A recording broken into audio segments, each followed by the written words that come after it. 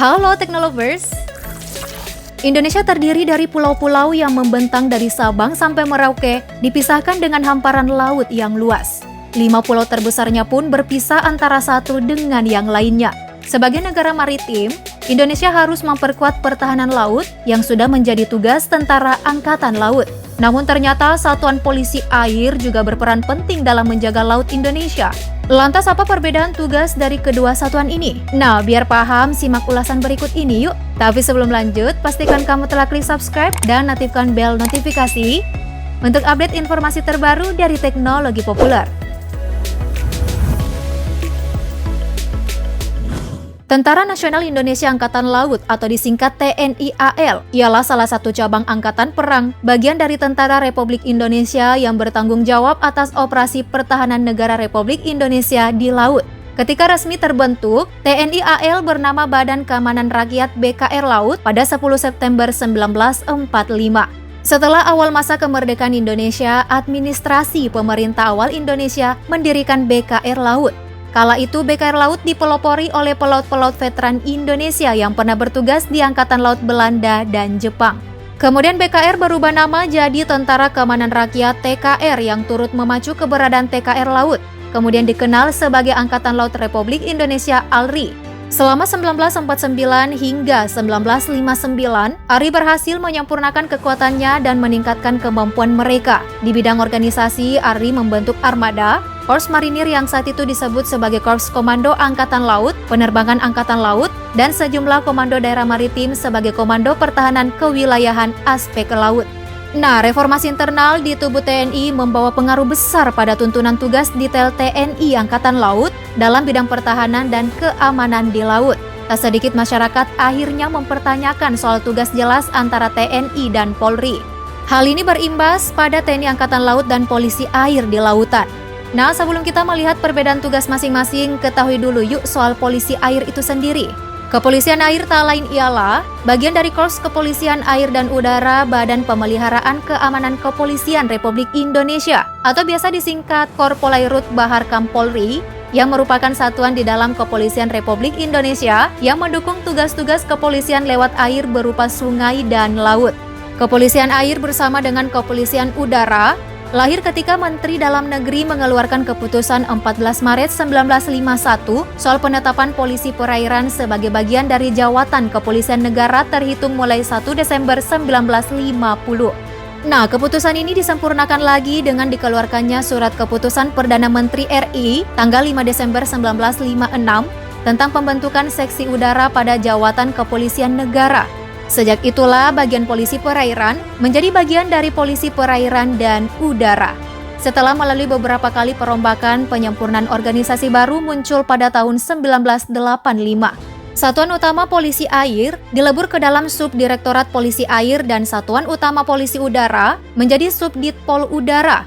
Kedua subdirektorat ini beroperasi di bawah kendali Direktorat Samapta Polri. Nah, akhirnya berkiblat kepada sejarah kelahirannya tanggal 1 Desember diputuskan sebagai hari jadi bagi Polisi Air dan Udara.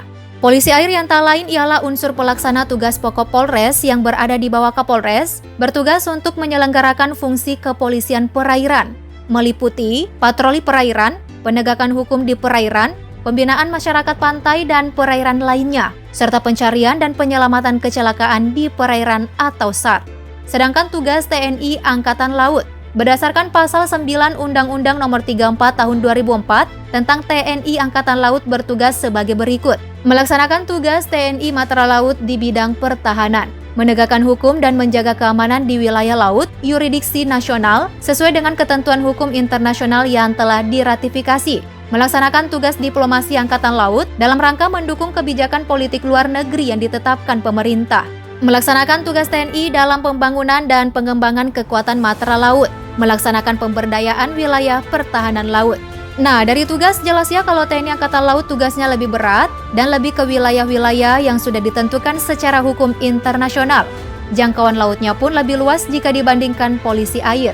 Sejak awal terbentuk, Polairut banyak melaksanakan tugas dalam menjaga keamanan wilayah NKRI. Di antaranya turut serta dalam Operasi DITII Kahar Musakar pada tahun 1957 dan 1959, Operasi Trikora tahun 1962, Operasi Dikora pada tahun 1964, Operasi Seroja pada 1976, Operasi Aman Malindo tahun 1979, Operasi Sri Gunting, dan Operasi Nila pada tahun 1989, serta Operasi Gurita pada 1998. Sedangkan prestasi yang ditorehkan TNI Angkatan Laut dalam menjaga kedaulatan NKRI juga cukup banyak. Seperti ketika Indonesia hendak mengembalikan Irian Barat, Operasi Trikora, meredam para demonstran pada kerusuhan Ibu Kota Jakarta tahun 1998, turut serta membebaskan sandera dalam kasus pembajakan kapal motor Sinar Kudus oleh perompak bersenjata di Somalia, menggagalkan penyelundupan sabu di kapal Sunrise Glory, serta Angkatan Laut hadir bersama kekuatan nasional lainnya dalam mengatasi pandemi saat ini. Di awal terbentuknya polisi perairan hanya bermodalkan sebuah kapal angklung.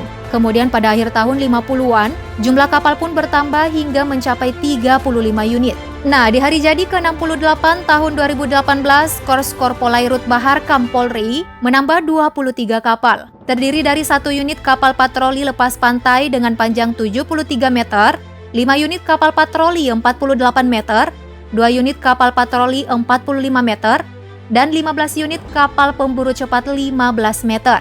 Masih ada tambahan nih pada tahun 2020 lalu untuk armada kapal pengawasan di perairan Natuna, yakni kapal Yudhistira 8003 dengan 26 personil, kapal Baladewa 8002 dengan 36 personil, dan yang terbaru kapal Kasturi 6002 dengan 26 personil siap beroperasi di wilayah Natuna. Sedangkan untuk armada tempur TNI Angkatan Laut, dari Global Firepower ada 7 frigate, 24 korvet, 4 kapal selam, 179 kapal patroli, dan 10 kapal perang ranjau.